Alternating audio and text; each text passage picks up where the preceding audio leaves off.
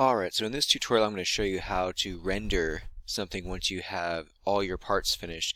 And in this particular example I have this set up where I've created an additional table that's going to act as just kind of a place where my parts can sit.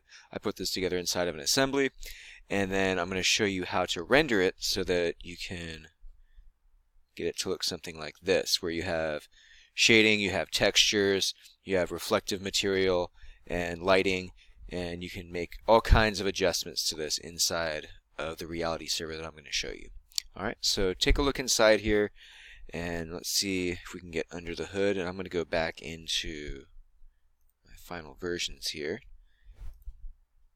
Alright, so to begin we're going to click the plus sign, add application, reality server. By default, this may be checked off, and if it is your first time going in, there may be some pop-ups or call-outs that kind of point you in the direction of where you need to go. There's also additional tutorial videos to help you out. So I have to turn this thing on, and I'm going to pause this while it kind of gets set up. Alright, so now that everything is loaded and set up, you can see that it has my time kind of clicking over here. I have an hour and 13 minutes left, so I have to be quick as I work my way through this. This is the example that I've already created, and I can either choose to open this up or I can just go to create and start a brand new one. So I'm going to start by selecting a model to render, and if you just wanted to do a part studio, you could do an individual chess piece if you wanted to. But let's say, for example, you wanted to do that table with the set that I had showed you earlier.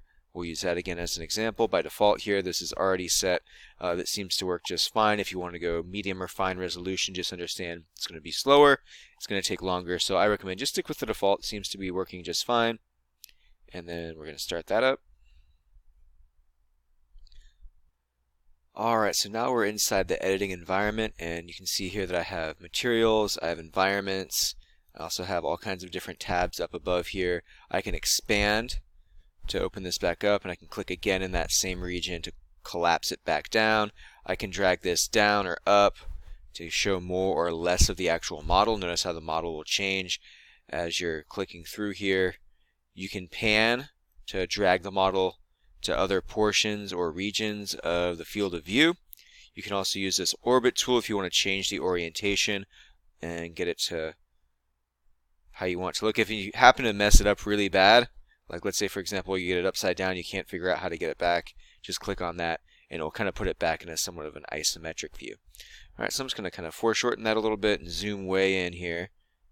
I'm going to use my pan, and we'll pull that down so we can see the top really well. There we go. That should be pretty good. And this is going to allow you to add in shading. So if you want to add in shading, you can check that box off. Also, it'll add shading to the ground if you happen to have the ground underneath. Alright, so now you're probably wondering how to change the actual material itself. So let's go ahead and I'm going to open up and expand all my different elements of this set. So this is an assembly where I've actually put all these pieces in. I have a tabletop that sits right on top of the table, and once you select an item, it will actually indicate by highlighting it in yellow. So now I have the table selected, and we're going to go into materials. And let's say for example you're searching for metal. You can put the word metal in, and it'll give you all kinds of different types of metal. Some might be high glass, some a little bit duller. Let's see what this brushed metal looks like. If I select that, we're going to drag it into the environment, and I'm going to put it right on top of the actual part where I want it to populate. That looks actually really cool. Alright, and you can scroll through and see if there's other items in here that you might be interested in. Copper would look really awesome. Let's try that. And it will populate automatically. Alright. And in some cases, the lighting might be a little bit different than it looks in the example. Sometimes by rotating around and orbiting, that will change a little bit. So now let's go ahead and see if we can change individual chess pieces. So now we're going to change this piece right here. And now we're going to look for some wood examples.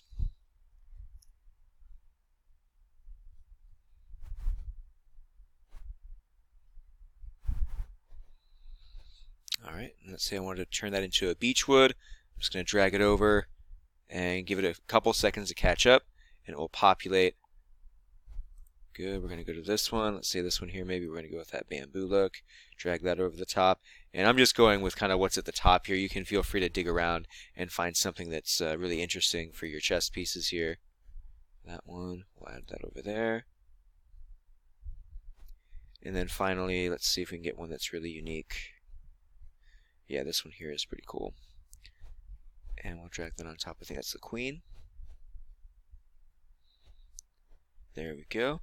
And let's say, for example, for this top here, right, I have the top selected. We're going to now look for ceramic. And maybe we can find some kind of ceramic material. So what's really cool is depending on the type of material you use, you get different properties, reflections, and so forth. Alright, so some of those took a while to load. I went ahead and was able to find some really interesting kind of exotic different materials here, and you just drag them right into the environment and they will populate. And so now that I have everything pretty much set up here the way that I want, let's say for example you want to go back and change something, you can always go back to an element, select it either over here or select inside of the environment. So now the table is selected. If I want to change the way that the table looks, there we go. Alright, so now that we have our materials all set up here, we're going to go into environments, and we're going to see if we can mess with some of the lighting in here and some of the material and see if it changes the way that things look. And you can see that based on the scene of the room, it will actually show some of the reflection, it will change the lighting, and you can get some really interesting dynamic changes here based on what you choose for the environment. Alright, lots of different options down here. Pay attention to the types of colors that you see, and you'll see that some of those colors will even pop up in reflections. So let's try this one. Looks really well lit. Let's try that one.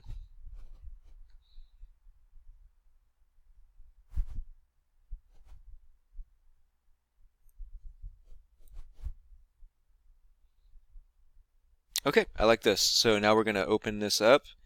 That's going to expand, give it a second to catch up. And wow, that looks awesome. You can see the reflections, you can see shadows. This is really great. And you can still adjust inside this environment if you want to drag things up or down. And that way you can see some of the shadows of the base of the table. You can zoom in and out with your mouse wheel. And now we're all set and ready to render. So to render, what we're going to need to do, I'm just going to pull this down a tiny bit. There we go. We're going to go over here, render to OnShape, and front view, we're going to change this to PNG. Set that to medium is just fine, and then it takes about 5 minutes after you click render. So I'm going to pause this and wait.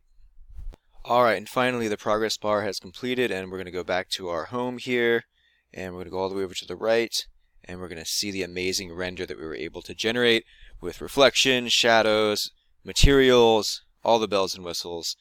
So hopefully this was helpful and you can start using this with your students or with your projects in OnShape. And feel free to check out my blog at teachertechrescue.net.